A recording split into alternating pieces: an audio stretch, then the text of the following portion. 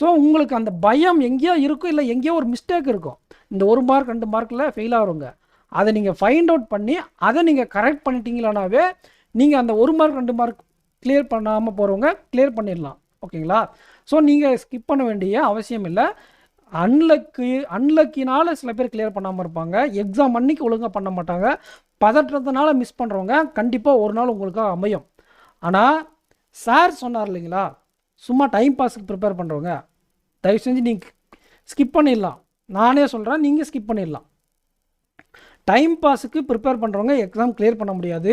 All ticket வந்தது தான் நான் மெயின்ஸுக்கு படிப்பேன், ஆல் டிக்கெட் வந்தது தான் கரண்ட் அஃபேர்ஸ் படிப்பேன், ப்ரிலிம்ஸ் கிளியர் ஆனால் தான் கரண்ட் அஃபேர்ஸ் படிப்பேன், இந்த மாதிரி மைண்ட் செட்டில் நிறைய பேர் இருக்காங்க. இவங்கெல்லாம் கிளியர் பண்ண முடியாது. நானே எழுதி சொல்கிறேன். ஏன்னா இப்போ என்ன காம்படிஷன் கம்மியாகவே இருக்குது.